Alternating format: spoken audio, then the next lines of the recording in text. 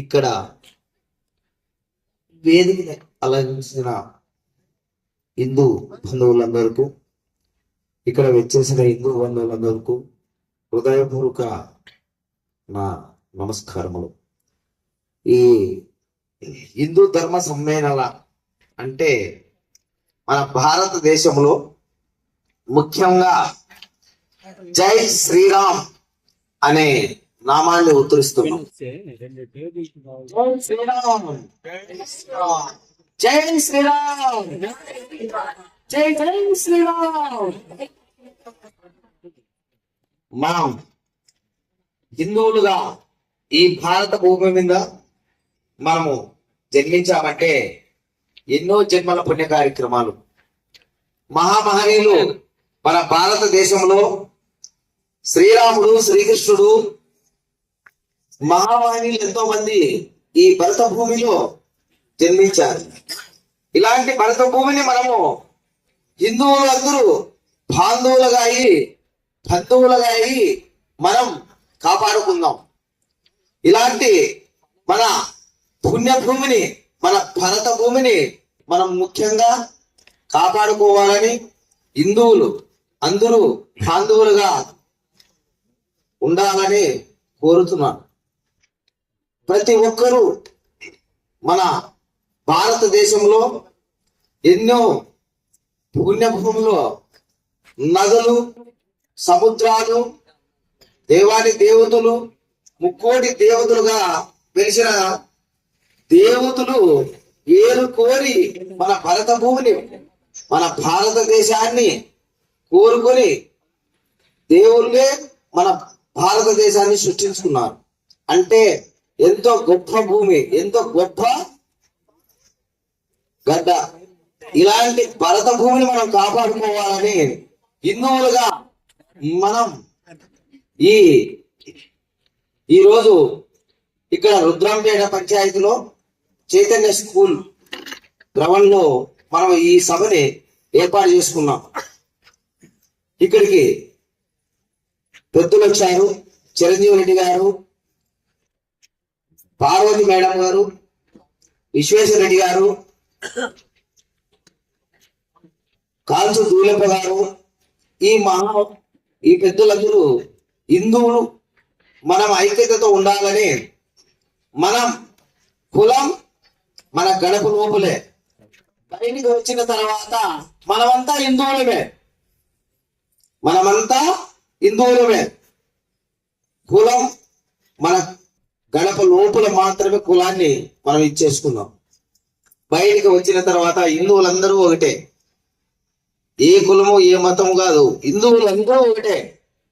హిందూ ధర్మాన్ని కాపాడుకోవాలని మనం ప్రతి ఒక్కరూ గ్రామంలో హిందూ ధర్మ సమ్మేళన మన ప్రారంభిస్తూ హిందువులందరికీ ఐక్యత రావాలని, హిందువులంతా ఎలాంటి పరాయి మతాలకు ఎగబడి పంపకుండా, పరాయి మతస్థులు మనకు చెప్పే మాటలు మనం వినుకోకుండా ఈరోజు ప్రతి మండలంలోనూ, ప్రతి గ్రామంలోనూ, ప్రతి జిల్లాలోనూ హిందూ ధర్మ సమ్మేళన పెడుతూ మన హిందువులందరూ కాపాడుకుందామని, మన హిందువులంతా ఐక్యతతో ఉండాలని కోరుకుంటున్నాం.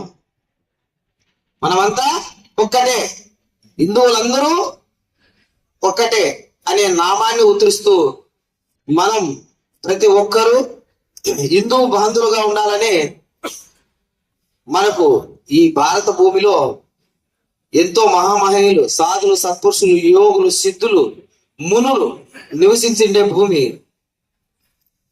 ఇలాంటి పుణ్యభూమిని మన భారతదేశాన్ని కాపాడుకోవాలని నేను మనస్ఫూర్తిగా మన హిందువులందరికీ శిరస్సు వంచి నమస్కారం చేస్తూ, ఇప్పుడు పెద్దలు శ్రీ పార్వతమ్మ గారు మాట్లాడతారు.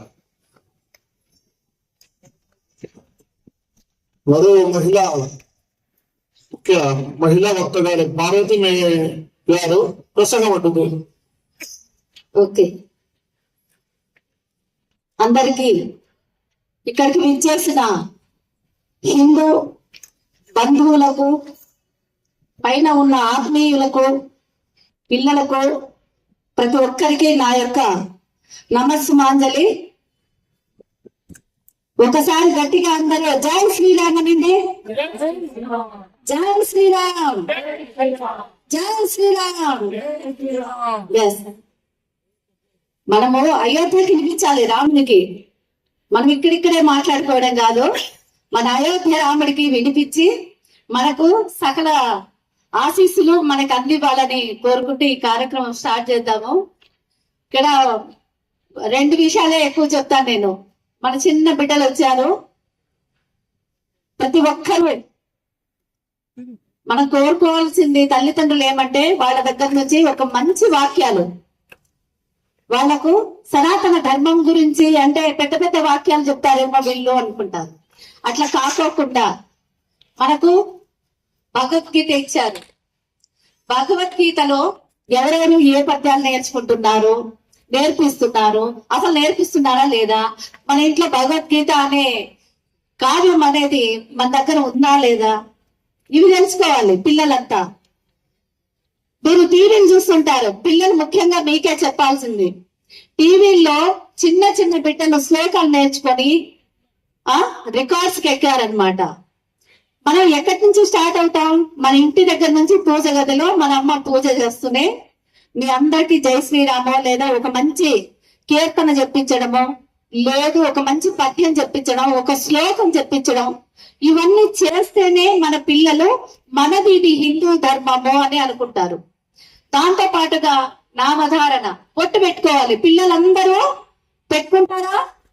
దేవుని బొట్టు పెట్టుకుంటున్నారా? అందరూ బొట్టు పెట్టుకోవాలి. ఎవరెవరు పెట్టుకుంటారు పిల్లలు చెప్పండి? ఇంతేనా? ఎవరు బొట్టు పెట్టుకోవట్లేదు? రేపటి నుంచైనా పెట్టుకుంటారా? ఈ రోజే సాయంత్రం అందరూ పెట్టుకోవాలి. భగవంతుడి దగ్గర ఒక చిన్న శ్లోకం చదువుకోవడం, నామధారణ చేసుకోవడం, మనం హిందువులని తెలియడం.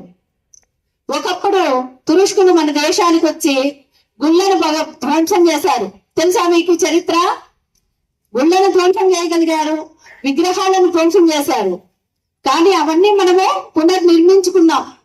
మన విగ్రహాలను, మన గుళ్ళను కట్టించుకున్నాం, విగ్రహాలు పెట్టుకున్నాం. విగ్రహాలతో పాటు మనం ఆరాధన చేస్తాం. వేటేటి చేస్తున్నాం? పంచభూతాలకు. ఎవరో ఎక్కడి నుంచో వచ్చి మా గుళ్ళు పగలగొట్టచ్చు, ఇంకోటి చెయ్యొచ్చు. కానీ ఒక పర్వతాన్ని ఎత్తగలరా? వాళ్ళు ఎత్తలేరు. మనకి హిమాలయ పర్వతాలు ఉన్నాయి, పర్వతాలను దాటి రాలేదు, వచ్చినా ఉండనీయం మనం. అదే విధంగా చెట్లను పూజిస్తాం, ఆ చెట్లను పెకలించగలరా? వాళ్ళు కూడా చెట్లు పెంచుతారు. ఒక అగ్ని ఉంది, అగ్నిని పూజిస్తాం మనము, అగ్ని దేవుడని. మరి వాళ్ళ ఇంట్లో పొయ్యిలో అగ్నిని తెచ్చి బయట పారేస్తారా? కానీ అగ్ని అందరికీ అవసరమే కదా, మనము అగ్ని దేవుడని పూజిస్తాం. అదే విధంగా సూర్యుని చెయ్యి అట్టి ఆపగలరా ఎవరైనా? దీన్ని తీసుకుని పోయి ఇంకో దేశంలో పెట్టుకోగలరా? మాకు సపరేట్ గా కావాలా, ఈ హిమాలయాలన్నీ మాకే కావాలా, కాశ్మీర్ అంతా మావే అనుకుంటుంటారు. కాదు, నెవర్, ఎప్పటికీ కూడా కాదు. కాబట్టి అటువంటి పటిష్టమైన దేశంలో మనం ఉన్నాం. సూర్యచంద్రుడు వెలిగేంత వరకు సనాతన ధర్మం అనేది మనతోనే ఉంటుంది. మనం కాపాడుకోవాలి. మనమంతా హిందువులు.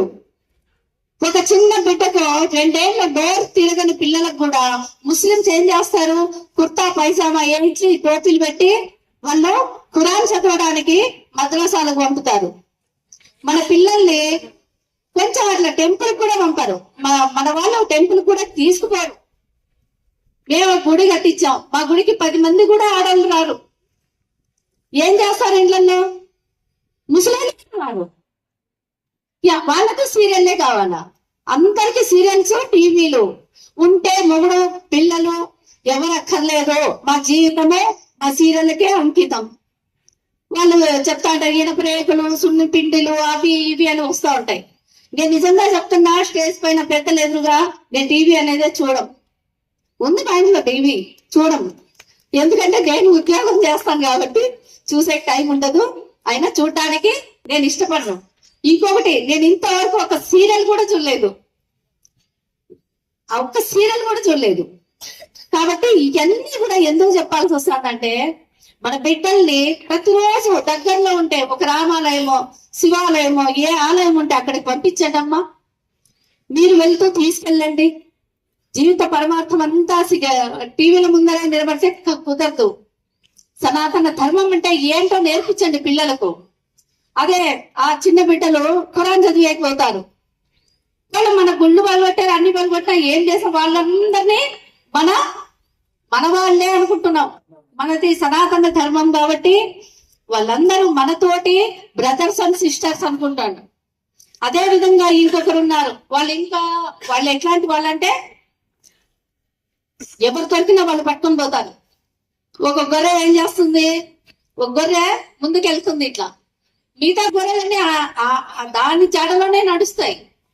మేము డబ్బులు ఇస్తాము అని ఆశలు చూపి మేము ఇల్లు కట్టిస్తాము, మీ పిల్లలకు చదువులు ఇస్తాము అంటారు. మనలో కూడా చాలా తప్పులు ఉన్నాయి. మన గుళ్ళకి పోతే డబ్బులు రక్షణ వేయాలి, టికెట్ కొనాలి, ఇంకో రకంగా ఉన్నాయి. కానీ అక్కడ మాత్రం అన్ని ఫ్రీ, వాళ్ళే పెడతారు అన్ని. మేమే అన్ని పెడతాం, రాండి అని పిలుస్తుంటారు. మరి అటువంటి వాళ్ళ దగ్గరికి పోతున్నారు. వాళ్ళు కూడా సంఘంలో బుక్ పెట్టుకొని పిలిస్తే ఒక వైట్ డ్రెస్ వేసుకున్న ఆయన తెల్లవారుజామున వాళ్ళు కూడా తిరుగుతున్నారు, మాలో చేరండి అని. మరి ఇవన్నీ చేయకండి దయచేసి చెప్తున్నా. అక్కడ పోతే మాకు గౌరవం వస్తుందని అనుకుంటారు, అదంతా పొరపాటు. దీని గురించి ఒక చిన్న పాట పాడాలనుకుంటున్నా. మాట్లాడేదానికంటే పాట రూపంలో చిన్న పిల్లలకు అర్థమవుతుందని. పాటకు అర్థమా? నేను పాడాలని. సత్యం కోసం సతినే అమ్మినదెవరు? సత్యం కోసం ఎవరు సతిని అమ్మేశారు? వెరీ గుడ్, హరిశ్చంద్రుడు. Very good. తండ్రి మాటకై కానలకేగినదెవరు? శ్రీరామచంద్రుడు. ఎస్. అన్న సేవకే అంకితమైనది ఎవరు? లక్ష్మణ.